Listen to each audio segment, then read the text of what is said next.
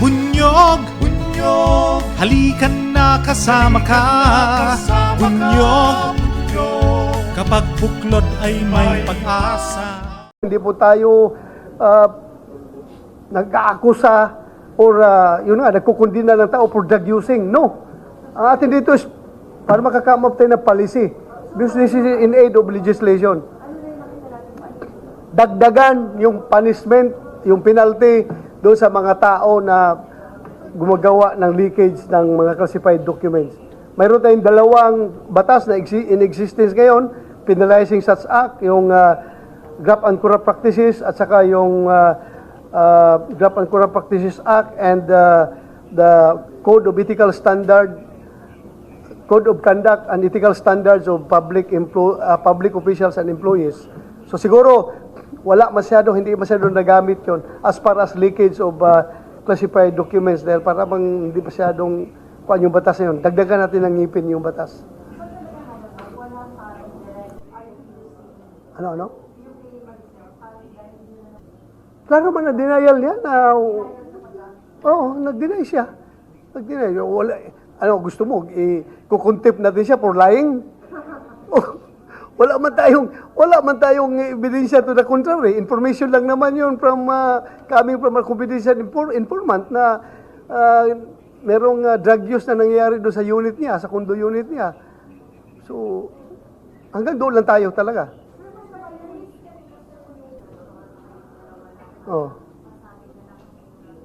Ay, wala rin siya. Sabihin lang niya, kuha lang daw, yung kasarian lang, yung gender lang nung informant. Yung pangalan, hindi niya maalala daw eh.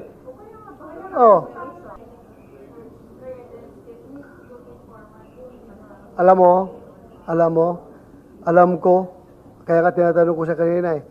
Sa amin mga operator, lalo-lalo na pag drug operator ka, it is a mortal sin na ilaglag mo yung confidential informant mo dahil mawawalan ka na ng kredibilidad sa yung confidential informant.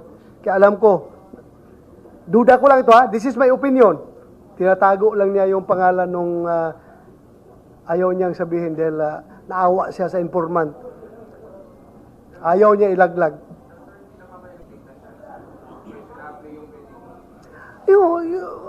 Nandiyan na yan. Questionable yung kanyang pagkatao dahil nga dalawang beses siya na dismiss sa serbisyo. Pero pagdating doon sa punto, yung papel na yon, hindi mo rin pwede siyang sirain na he's not telling the truth. Kasi kita ko naman tayo ng papel, totoo man yung papel na nakasulat na yon. At saka, di ba sinabi pa niya na si President Duterte daw mismo, nakakaalam dyan sa report na yan. Yun ang sabi niya. President Duterte, keep on telling that. Pero ayaw ko nang hantong tayo, aabot tayo, imbestiga ng mga aabot pa tayo doon, mapolitika yung ating hearing. Posible. Pwede I am not telling you na hindi siya, pero pwede rin. One of the possibility. Posible rin na ibang tao. Kung ma-prove natin na siya, then he is not off the hook.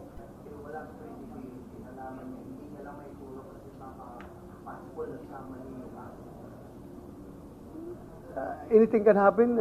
You can imagine whatever you want to imagine. But the fact remains that as far as I'm concerned, yung papel niya na pre-ops at saka yung authority to operate, kung ako tanungin nyo, totoo talaga yun.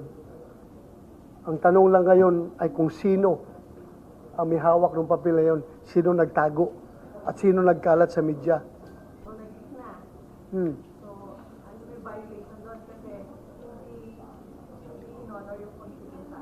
Yes.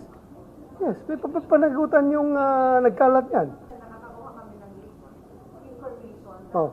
Eventually, nagkakaroon ng sinisipani.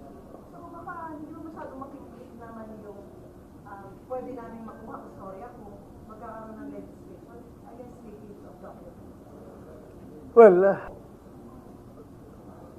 dapat yung inyong karapatan, freedom of the press ay ma-preserve.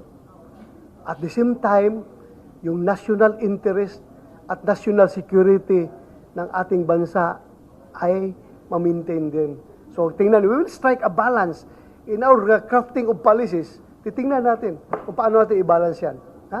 I am not telling you that I'm going to sacrifice your right to freedom of the speech, freedom of the press. No, babalance natin, tingnan natin yan. Kaya nga tayo, dadaan pa yan sa matinding debate. Kaya nga, mag-ingat ka rin.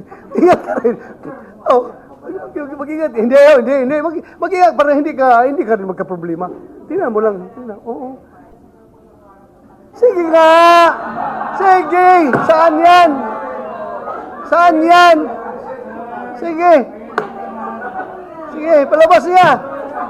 Sige!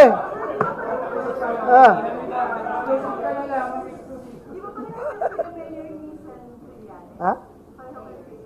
Pareho kami. Ewan ko, baka ibang brothers ang gusto niya. Ha? Ibang banda. Ibang banda siguro gusto niya. Bakit ganyan yung ugali niya?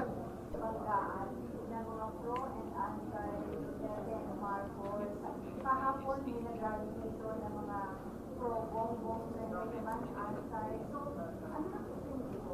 Mas itin ba ito? Anong pwedeng worse na mangyari?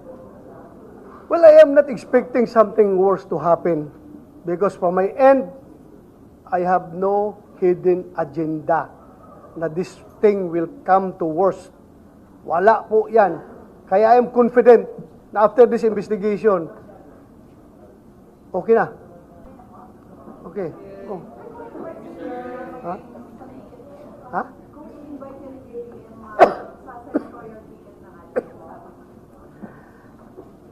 Titingnan ko.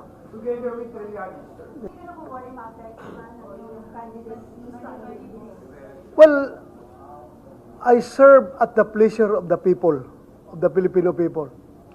Kung ayaw nila yung ginagawa ko ngayon, then so be it. Wala tayong magawa. Hindi na type yung ginagawa kong investigasyon, okay lang. Okay lang. Hindi ako mamimilit. Bakit ako mamimilit kung ayaw ninyo? Di ba? Ang akin lang naman is gampanan habang inilik niyo ako bilang senador at chairman ng Public Order, Committee on Public Order and Dangerous Drugs, gampanan ko yung aking mandato. Trabaho ko yan. I don't want to be branded as somebody who is remiss on his duties as the chairman of this committee. So, yun po sa akin. Kung ayaw nyo, kung tingin nyo, hindi maganda yung ginagawa ko, as I've said, I leave it up to the people. Kung ayaw nyo, wala akong problema. Uuwi ako ng Davao at mag-relax ako doon. I will play with my apo. Wala po akong worry dyan. Sige, walang problema. Balit siya. Dati naman sa senador eh. Pwede siyang pumalit. Walang problema. Tanungin natin taong bayan kung sinong gusto nila.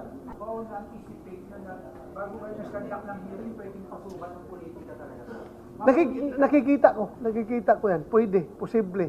Maraming sasakay dyan. Basta ako, from the very beginning, I was telling myself, please, maintain your moral compass. Please, maintain your objectivity. Huwag kang magpadala kahit kanino. Ha? Nakita mo ngayon, mga insinuation ni Maharlika.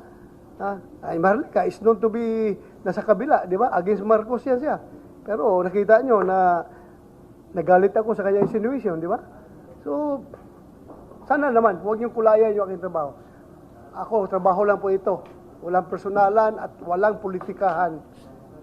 As your chairman of Public Order and Dangerous Drugs, it is my sworn duty to investigate this issue. Yun lang. Maraming salamat. Thank you, ha? Bunyog, bunyog, halikan na kasama ka.